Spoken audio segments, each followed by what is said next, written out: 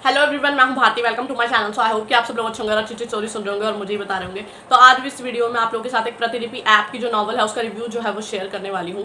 और रही बात प्रतिलिपि की, तो आप लोगों को ना ये ऐप जो है वो डिफरेंट मिलेगा, यानी ये एफएम नहीं है। तो जो लिंक्स वगैरह होंगे वो मैं आप लोगों को डिस्क्रिप्शन बॉक्स में प्रोवाइड कर दूंगी। अगर आप लोगों को जो ये नॉवल है वो रीड करनी है तो आप लोगों को प्रतिलिपि ऐप को डाउनलोड करना पड़ेगा, तब जाके आप लोग इसे रीड कर सकते हैं। और सबसे बड़ी चीज़ ये है कि आप लोगों को ये फ्री में अवेलेबल हो जाएगी। आप लोगों को कोई पे नहीं करना है, जैसे बाकी स्टोरीज में होता है कि यार आप लोगों को मेंबरशिप वगैरह लेनी होती है, बट इसमें ऐसा कुछ नहीं है। तो आप लोगों को अगर रीड करनी है तो फ्री में ही अवेलेबल है, आप लोग जाके इसे रीड कर सकते हैं। ठीक है, बाकी लिंक्स वगैरह तो मैं प्रोवाइड कर ही दूंगी।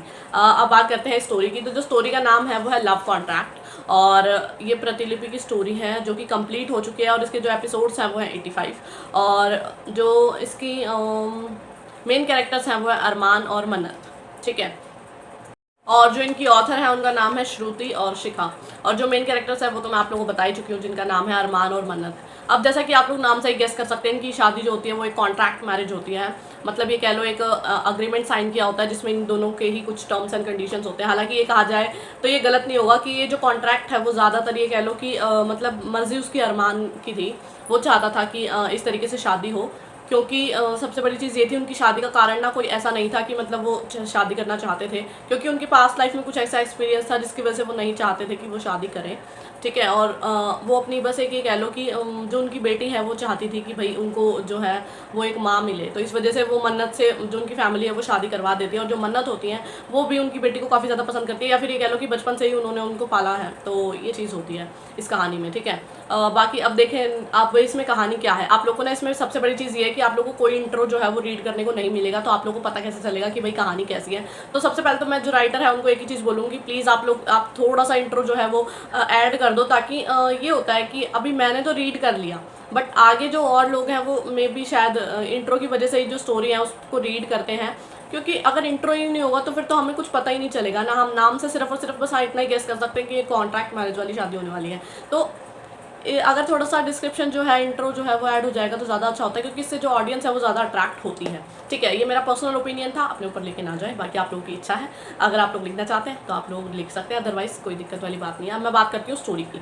ठीक है, तो स्टोरी जैसा कि मैंने आप लोगों को बताया कि क्या है, 3 कैरेक्टर्स के इर्द गिर्द घूमती है, और शादी का जो कारण है वो क्या होता है ये भी मैंने आप लोगों को बता ही दिया है। ठीक है, अब अगर मैं आप लोगों को पूरी स्टोरी बता दूँ तो कि उनकी पास्ट में क्या हुआ था, किस वजह से, या फिर ये कह लो उनकी बेटी जो है वो क्या रीज़न है, मतलब क्या उनकी बेटी वो उनकी रियल बेटी है, या फिर उनकी पहले शादी हुई थी या नहीं हुई थी, या फिर उनकी वाइफ ने उनको चीट किया था, या फिर कुछ क्या भी रीजंस थे जो अरमान जो है वो इस तरीके के हो गए थे। ठीक है, तो इनके सवालों के जवाब के लिए तो आप लोगों को नॉवल को जो है वो रीड करना पड़ेगा, तभी आप लोगों को पता चलेगा। तो अब मैं बात करती हूँ नॉवल की। तो सबसे बड़ी चीज़ ये है कि एक सीज़न जो है इसका कंप्लीट हो चुका है, और उसका सेकंड सीज़न भी यहाँ तक कि आप लोग को ऐप पर जो है वो देखने को मिल जाएगा। बट जो सेकंड सीज़न है मैंने उसे रीड नहीं किया, मैंने सिर्फ और सिर्फ फर्स्ट सीज़न पर ही कंप्लीट कर दिया, क्योंकि आप लोगों को भी पता है कि जब सीज़न 2 की बात आती है तो फिर मुझे ऐसा लगता है नहीं यार एक ही सीज़न में ख़त्म कर दो, क्योंकि कई बार ऐसा होता है सीज़न 1 ना हमें बहुत ज़्यादा पसंद आ जाता है, बट सीज़न 2 से ना हमारी जो उम्मीद है ना वो टूट जाती है। तो ये चीज़ें भी होती हैं, और मुझे नहीं लगता कि इतना ज़्यादा लंबा स्टोरीज को खींचना चाहिए, क्योंकि सीज़न 2 में आप लोगों को पता है क्या देखने को मिलेगा, इनके आगे की लाइफ, या फिर ये कह लो कि अरमान और मन्नत जो होते हैं उनके जो बेबीज़ होते हैं उनकी कहानी आप लोगों को आगे वाली जो सीज़न है उसमें देखने को मिलेगी। तो इतना ज़्यादा मैं सुनना पसंद नहीं करती हूँ, बाकी आप लोगों के ऊपर है, आप लोग जाके सुन सकते हो, कोई दिक्कत वाली बात नहीं है, सुन नहीं सकते सॉरी रीड कर सकते हैं। ठीक है, अब मुझे ये नहीं पता कि ये ऑडियो में अवेलेबल है या नहीं है, क्योंकि मैंने चेक नहीं किया, मैंने डायरेक्ट नॉवल जो है वो रीड कर ली थी, क्योंकि अब आप लोग भी मुझे बहुत सारी प्रतिलिपि की नॉवल्स जो है वो बताते हैं, और यहाँ तक कि आप लोग मुझे कहते हैं कि मैं आप लोगों को नॉवल के बारे में बताऊँ, प्रतिलिपि पे कौन सी नॉवल्स अच्छी हैं। तो मैं भी अब रीड कर रही हूँ, अगर मुझे कुछ अच्छा मिलता है तो ज़रूर मैं आप लोगों के साथ शेयर जो है वो करती हूँ। बाकी इनके जो भी लिंक्स वगैरह होंगे वो मैं डिस्क्रिप्शन बॉक्स में आप लोगों को प्रोवाइड कर ही दूँगी, आप लोग जाके देख लीजिएगा। बाकी कहानी की बात की जाए तो कहानी काफ़ी अच्छी है। मन्नत का भी पास था और अरमान का भी पास था, ऐसा नहीं था कि क्या बोलते हैं एक ही का पास था और दोनों मतलब एक जो सामने वाली पार्टी है वो पहले वाली पार्टी को जो है वो अपने पास से निकालने की कोशिश कर रही होती है। नहीं, दोनों के ही अपने अपने डर हैं, अपनी अपनी कहानियाँ हैं, और दोनों एक दूसरे को किस तरीके से सपोर्ट करते हैं, आगे चल के क्या कहानी होती है, और किस तरीके से जो कॉन्ट्रैक्ट मैरिज है वो एक असली शादी में बदल जाती है, या फिर ये कह लो कि शादी तो पहले भी थी बट वो कॉन्ट्रैक्ट मैरिज होती है, यानी जो कॉन्ट्रैक्ट होता है वो टूट जाता है। ठीक है, वो भी दोनों की सहमति के कारण। हाँ, तो किस तरीके से जो है चीज़ें बदलती हैं और किस तरीके से वो बदला लेते हैं, यहाँ पर आप लोगों को जो देखने को मिलेगा वो ये है कि अरमान जो है वो बिजनेसमैन है।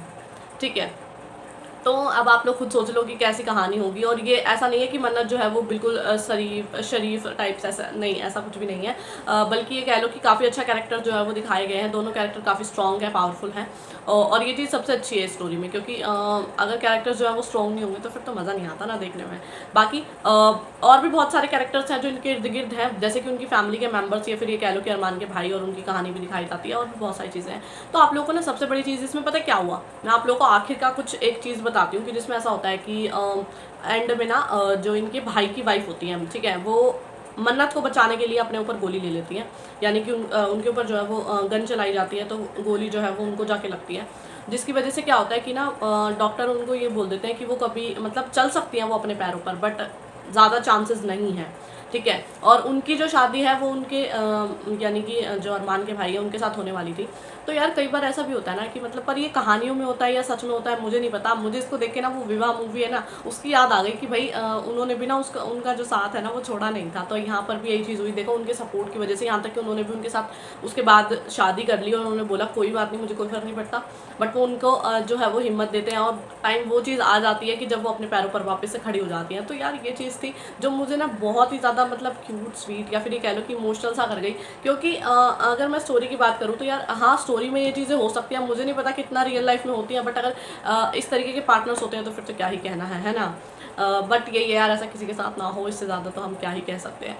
बाकी सैड जो स्टोरीज़ होती हैं वो तो मुझे पसंद ही नहीं, क्योंकि मैं तो सैड स्टोरीज़ जो है वो सुनना पसंद नहीं करती। मुझे हैप्पी एंडिंग बहुत ज़्यादा पसंद है, चाहे वो सॉन्ग में हो, स्टोरी में हो, या फिर नॉवल में हो, इससे कोई फर्क नहीं पड़ता। बाकी आपकी अपनी पर्सनल चॉइस है, अगर आप लोग पढ़ना चाहते हैं तो आप लोग पढ़ सकते हैं। बट हाँ, मैं आप लोगों को ज़रूर बोलूँगी, अगर आप लोगों को रीड करना है तो आप लोग जाके कर सकते हैं, क्योंकि नॉवल में ऐसी कोई बुराई नहीं है जो मैं आप लोगों को बोलूँ कि नहीं आप लोग मत रीड करना। थोड़ा सा मैंने आप लोगों को इंट्रो बता ही दिया, क्योंकि वहाँ पर तो मेंशन था ही नहीं, बट मैंने फिर भी आप लोगों को कई सारी चीज़ें स्टोरी को लेकर बताई दी हैं। स्टोरी में वैसे कोई कमी नहीं है, स्टोरी काफ़ी अच्छी है, एक बार जाके आप लोग रीड कर सकते हैं। फिर आके आप लोग मुझे कमेंट करके ज़रूर बताना आप लोगों को स्टोरी कैसी लगी, प्लस आप लोगों को मेरी वीडियो जो है वो कैसी लगी। बाकी आप लोग मुझे बहुत पॉजिटिव कमेंट्स देते हो, मतलब मेरे रिव्यूज़ को लेके, थैंक यू सो मच मेरे वीडियोस को इतना ज़्यादा पसंद करने के लिए। और यहाँ तक कि आप लोग मुझे ये भी कहते हो कि दीदी मैंने आपका रिव्यू देखा और उसके बाद जाके स्टोरी को रीड किया, और स्टोरी काफ़ी ज़्यादा अच्छी थी। तो सच में मुझे बहुत अच्छा लगता है यार, आप लोग ऐसे अच्छे अच्छे कमेंट्स करते रहा करो। मैं तो उनको पढ़ के ना मतलब ये कह लो दिल गार्डन गार्डन हो जाता है। तो आप लोग अगर ऐसे ही कमेंट करते रहोगे तो उससे मुझे मोटिवेशन मिलती है, तो है ना। और भी बहुत सारी चीज़ें हैं, आप लोगों से ना मैं फुर्सत में लाइव में आके बात करूँगी कि आप लोग मेरे बारे में और क्या क्या बोलते हो, तो मैं आप लोगों को ज़रूर बताऊँगी। सच में मुझे बहुत अच्छा लगता है जब आप लोग मुझे ऐसे कमेंट करते हो और फिर स्टोरीज़ के बारे में बताते हो, और यहाँ तक कि आप लोग मुझे करेक्ट भी कर देते हो। कई बार ऐसा होता है कि ना मैं जो मेन कैरेक्टर्स है ना उनके नाम में थोड़ी गड़बड़ कर देती हूँ, तो आप लोग मुझे करेक्ट कर देते हो। बट चलो ये बहुत ही अच्छी चीज़ है, क्योंकि दिमाग में रहता नहीं है ना कई बार, ज़्यादा सारे मतलब इतनी सारी स्टोरीज रीड कर ली है कि यार कन्फ्यूजन तो हो ही जाता है, तो इसमें मेरी कोई गलती नहीं होती है, ठीक है। तो अच्छी बात है, आप लोग मुझे ऐसे करेक्ट करते रहा करो, मुझे तो अच्छा ही लगता है ना। तो वापस से मैं स्टोरी पर आ जाती हूँ, मैंने कुछ ज़्यादा ही बोल दिया है ना। तो स्टोरी अच्छी है, एक बार जाके आप लोग रीड कर लीजिएगा, ठीक है। बाकी अगर आप लोग चाहते हैं आप किसी फेवरेट स्टोरी, नॉवल, बुक या फिर आपका मैं रिव्यू शेयर करूँ तो आप लोग मुझे कमेंट करके बता सकते हैं। जितनी जल्दी हो सकेगा मैं वीडियो लेके हाजिर हो जाऊँगी। बाकी जब तक नेक्स्ट वीडियो आती है तब तक के लिए बाय, और thank you for watching my video.